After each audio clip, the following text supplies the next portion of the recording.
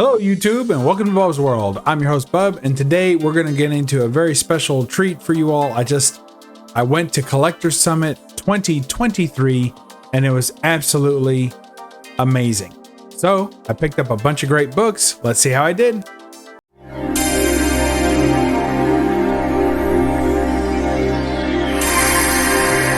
You're watching Bub's Comics, Bub. All right, so look, I don't know what more I can say about this other than it was the greatest convention experience of my life. I don't think you could even call it a convention. It was really, it was what it was called, a collector summit. So it was much more of a networking event. No cosplay, no celebrities, nothing like that. Just comic dealers, comic buyers, comic traders. That's it. So there's no artists, no writers, no signatures, none of that stuff. CGC was there for submissions and such and showing off their new pulps that they're going to be doing. But it was one of these, I would say once in a lifetime, but I think it's the third one that they've had. So once in Seattle and now twice in Dallas. And I have to say, my wife and I went, we had an absolutely fantastic time. They roll out the red carpet. They treat you like kings for the whole time you're there. The price of the ticket, well worth it, and then some. Just absolutely amazing experience. Got to meet people that I had never met before in person, but have done dealings with online, especially in this golden age. So I believe the shtick was basically anything bronze and older. There were some modern things, but they were like ultra modern keys, not like ratio variants and 1 in 100s and store exclusives on walls. Basically every convention you've ever been to, unless you've been to this one, think of all the wall books that you see at every booth, and those are in bins. Almost all of them. Maybe 1 or 2 wall books at an average convention made it to a wall book here. Most of the wall books were upwards of at least $1,000, like at least $1,000, and a lot of them much higher, 10, 20, 30, $40,000 books and more. I mean, it was really quite something. Fortunate enough to get to go, had a great time. My wife and I had a great time. First off, let me show just these figures that we picked up. If you're one of the first 50 people to attend the preview night, which was Saturday night, then you got these figures. So let's make me small and get to the haul. Yo, there it is. Ooh, that was pretty smooth today. All right. So first off, I got Airman. Traded a Red Arrow, I believe was his name. So originally I had got Red Arrow traded to Man Cave Comics in order to get this Airman, or more to be truthful, in order for him to get the Red Arrow, which he wanted. And my wife and I, we wanted to pick up these. We knew there were probably going to be 10 or 15 out of 50 that I would have been happy to have and keep and really hold on to. But since I didn't get one of those, I was like, you know what? We're just going to trade these off and make some people happy. These are all 1-of-1 figures, handmade. So very cool, handmade just for the summit. So these are highly sought after right now. And there's some people out there trying to buy them up, but most of us aren't going to sell. Some of us will. Then next up, Jared Spider Planet. I don't know if a lot of these people I know from Instagram, but they don't have YouTube channels. So he traded, we had a Phantoma and we traded for this V-Man because he really wanted that Phantoma. And again, it was about making other people happy here. We were happy. I mean, I'm happy with any of them. I like them all. They're all really awesome. And so if someone really needs these in their collection because they're going for something, especially if they have one to trade back, like in the end, I don't want to have less than 2, but I am willing to trade these. So actually this one will be leaving the collection. I'm going to ship this off to another collector who was there, who's going to be trading me in for a different figure, which I'll show off when I get it. So very cool stuff there. Really just, I don't even know how to describe this convention as far as the level of detail and care that was given to everyone. We started off with a tour of mycomicshop.com on Saturday, and then Saturday, which was awesome for me, got to meet Buddy and tour the whole facility. It was absolutely amazing. And then we also got to do the preview night after that. We went to a restaurant, had some food, went to the preview night, and that was where a lot of the deals went down. We toured heritage auctions and had a great time doing that, and saw a lot of collectibles and things. I could talk about this forever. I may get Man Cave in on this, and maybe my wife, and we might do a little stream where we talk about it. But let's get back to the books. The first book that I saw when we went in was this book, and I stepped away and I said, you know what, when I go back in, I'm going after that book. And it was Captain Marvel number 4.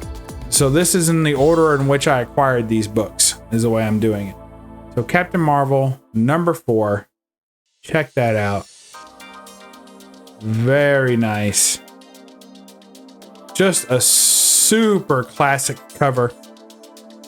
I've never seen so much Golden Age in one room. Now, prior to Dallas, this is a little convention badge, right? So prior to Dallas Collector Summit, Heroes Con 2023 was the best convention I had ever been to, as far as picking up Golden Age books and just picking up some of the harder to find things.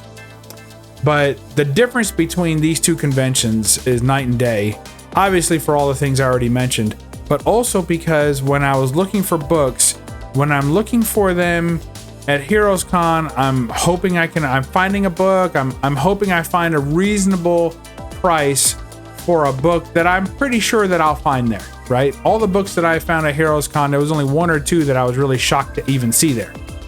But at the Collector Summit, this was a time for you to buy a book, even if it was at market price, but it was a chance to buy a book you just won't see again. You haven't seen it, you've been collecting for years, you've never seen this book in person, and then finally you get a chance to buy it. And this next book was one of those books. Super Duck number 1. If you've been following the channel for a while, you know I'm trying to complete the Golden Age Super Duck run. This is the cream of the crop. It's got a Hitler and Tojo cover. Hard not to like this book. This book crosses too many genres because it has the obviously appearances of those two. So there's people who collect just Hitler covers. So that's an issue, right? Especially if he's being harmed in any way. So it's really tough. This is, I think, the only cover appearance of Super Duck in his super uniform. So Super Duck, the Cockeyed Wonder. Very cool. Super tough book to get. This is only the second book I've ever seen of this book, and the other one was not in person, and it was this same book. So I tried to buy this same book about 3 months ago and wasn't able to do so. And then I got another chance at it, and boy, did I pounce. So picked this book up from a good friend that I had bought from before. So it worked out really well. Smooth transactions all day long, as was the case with this next one, Bullet Man, the Flying Detective, number 12. With a great appearance of Bullet Girl and also Bullet Dog. Very cool. By the way, this is Bullet Dog, not this. That's Bullet Dog. And a great robot punch-out cover. You guys know I collect robot covers as well. Robot covers, damsels in distress, and flying, technological flying heroes are probably, those are 3 big genres I'm after. So anytime I can pick up a couple of those in the same cover, that's a big deal for me. All right, another run that I'm working on, which has been very difficult. So I picked up, it's up there now. I picked up Strange Worlds number 5 last year. It was huge to get that big Wally Wood cover, one of the toughest in the run to get. There's really 2 that are very, very difficult to get, and I already had one of them. So this one is not the most difficult to get, but it's hard to find in good condition. This one still isn't in great condition, but it's Strange Worlds number 6 with a Wally Wood and Joe Orlando cover. You can always tell some great Wally Wood art. That's awesome. Just awesome. And then that's Joe Orlando does those monsters in the middle. Isn't that cool? Look at that. Oh, that's beautiful. I'm after these Golden Age Wally Wood books, sci-fi books. I dig it. I'm going to try and complete that run. That's one of the tougher books to get in good condition. Really, I wanted a complete cover here, no funny business, and I got that, so I'm very pleased with that. All right, next up, I don't know if this is a robot cover or if it's more of a Frankenstein-y type book, but here is Chamber of Chills. I forget the number on this, but pretty awesome Chamber of Chills cover. You know, this book in another run would be one of the best, if not the best cover in that run. But because Chamber of Chills has some absolute just top-notch covers, this one probably falls to about the 4th or 5th best cover in that run, which is mind-blowing. Just an amazing golden age horror title, pre-code horror run, and I was fortunate enough to snag this one on the cheap, as I might add, as I did with this one. Both these books were tremendously good deals, so I was very happy to get that. So actually, I bought both of these from Shortboxed, which was there, had a big setup, and they provided the con t-shirts and everything, so they were really cool. I'd never done anything with them. I never downloaded. I take that back. I've downloaded the app like 3 times and I deleted it every time because I don't need another way to siphon money out of my pockets for comics, right? I'm pretty good at it all on my own.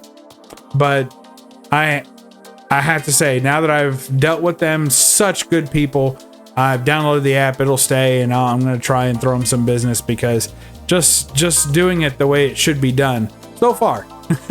You guys know these companies are, you know, they come and go. People change out, and their attitudes and ways of doing business can change. But for right now, as of the filming of this video, I was very impressed with the way that Shortbox handled themselves at the convention. They were very gracious vendor, and everybody really seemed to get along with them pretty well. So that was pretty cool. All right, this next book, I have to admit, my wife chipped in on a couple of these because she knew that I wanted them, and she was very happy for me to get them. And so this next one, Weird Science number 20, I've been after this book for a long time, and it's one of those books that back when it was more affordable, I had decided I'm gonna wait to get a nice, well-presenting cover. You guys know I dig Girls in Tubes as a subset of things I collect, and Wally Wood as well, so as an artist. So this one ticks both those boxes in spades. To me, it is the Girls in Tubes cover, 100%. You can't get more than that. And that book right there was one of the books that I was looking to get at this convention, hoping to find a good high-grade copy. I've seen copies of them before, but they're usually either so high-grade they're too expensive, or more than I would want to spend, or they're so low-grade that I hold off. Now, back when they were more affordable, I kept holding off, and I was like, oh man, I'll wait, because I can get one that's going to be better. I'll get one that's really going to look beautiful. And then, as we all know what happened with comic prices, they start going whoop, all the way up, and I wasn't able to acquire a copy in the grade that I was looking for anymore. I mean, I could have, but I didn't want to spend that kind of money. I was like, oh man. So I was hoping to really get a great book, and this is a great copy of this book, and it was right at the price that I wanted to pay. So super happy with that. And then next up, we have this Thrilling Comics number 65. Look at that. Nice airbrush Schomburg cover. I like the book. My wife loved the book. So this book was coming home with us. And I'll probably send it off and get it graded and display it with pride because it's absolutely gorgeous. And it was funny because we were looking at 2 covers. I won't even mention the other artist because he's super popular in the golden age. But it was a gorilla cover. They were back to back, that book and this book. And we pulled out the gorilla cover, and I was like, man, I might want to get that. It was a jungle cover too, with a nice gorilla on it. And then this book was right behind it, and we were like, how could I get that one when I could get this one? I mean, that gorilla looks awesome. So, and she looks great. And he's running from her. What a flip, huh? So, all right, now I have to tell a little story on myself. There's one more book in the haul, and I don't have it with me. So as I said, I was picking up these Weird Science runs. There's a couple of runs I'm trying to work on, but the Strange Worlds was one I was really, really hoping to pick up some of the keys. Well, a buddy of mine, one of the cool things about this convention was that in the middle of the convention floor, they had, which was just a room. I mean, there was only like 15 vendors. Very small convention, very intimate. So in the middle of all this, they had tables and chairs set up where people could just use it as a swap meet, and like an old-fashioned comic swap, and that was awesome. So the guy was there that knew I was trying to complete that run of Strange Worlds, and he had the book in that run that is very difficult to acquire, affordably at least, and it's just the book for the run. I mean, it's the top book, the most expensive and the hardest to find in good condition. And he had it slabbed, and it was beautiful. And so we made the deal, right? So I acquired that book from him on Saturday night. Yep, Saturday night. But on Sunday, I brought all the books back with me, so I had, in case any trading had to happen or anything like that went on, right? So I brought those books with me. Well, I don't know how it happened. I don't know what happened. I had it, I thought, pretty well protected, but at one point towards the end of the day on Sunday, I was sitting with some new friends and we were showing off the stuff we got, and I pulled out that slab, and the bottom corner of the slab was crushed and in pieces. Now, it didn't get to the book, thankfully, but the slab itself was so broke and sharded and damaged, and I was like, oh man, I can't keep it like this. Well, wouldn't you know it, 10 feet away, literally no more, was CGC. So I turned around and I sent it in for a reholder. They've already acknowledged the receipt of the submission, so that book will come back in a few weeks, and it is what it is, you know. so I damaged the book, but that book did have the case did have a couple of scuffs here and there, so I don't feel terrible about that. And it'll be a nice, beautiful, clean holder, and that's a book I'm going to cherish for a long time, so I'm okay with it. And putting it in at CGC was cheaper than if I had sent it in myself, so that worked out pretty well too. So the last book in the haul, we'll have to wait a few weeks before that comes in, because old Bubsy broke a book. It happens. All right, well, that's it. That's my haul. I really don't know what else to say about this, except that it was an amazing experience. If any of you have an opportunity to go to Collector Summit, if they keep doing them, and I think they will, I highly recommend you go. If, this is the big caveat, because we don't need a bunch of people there, right? It's better when it's small. But if you're gonna go, it's because you really enjoy older books, and I would say there was a lot of bronze, but really, like all the Silver Age keys you see on walls, they were in the bins. And what was crazy about it was, when you go to a regular convention, a la Heroes Con or something, you go to a regular convention, which is a great convention, and you're digging through a short box, say of, you know, Spider-Man or something, an Amazing Spider-Man, it's going to start at like 12. You know, I mean, all the keys are missing, everything is gone, and then the only thing left are low grades or mid-grade copies in the bins of, you know, run filler ASM, even early, but still, right? I'm not saying those are cheap books either, but that's what's in the bins. This was the opposite. This, you'd go up against to a silver bin, and it was all the keys of a run in multiple copies, multiple grades, and you could pick and choose as you liked, and the prices were fair. So if that's what you're into, if you're key hunting, if you're looking for books that are very hard to find, this is a place to go to get it. And I mean, there were several Batman ones flying around. There were just so many awesome. There was a Cap one there. There was there was 3 Mask books. I mean, there were so many Golden Age beauties there. It was unreal. It was just unreal. So if you're into Golden Age, even if you're into Silver Age, I think that's where I would draw the line. If all you like is bronze and modern, don't bother. Don't bother at this convention, I don't think. But if you're into Golden Age, if you're into Silver Age too, this might be the place for you. So check it out next year. We're going to try and go every year we can get tickets and make it work. So here, Collector Summit, we'll see you again next year if you'll have us. So that's it. I hope you all enjoyed that, and we'll catch you next time in Bub's World. Remember to read a comic and don't apologize for the glare. Bye-bye.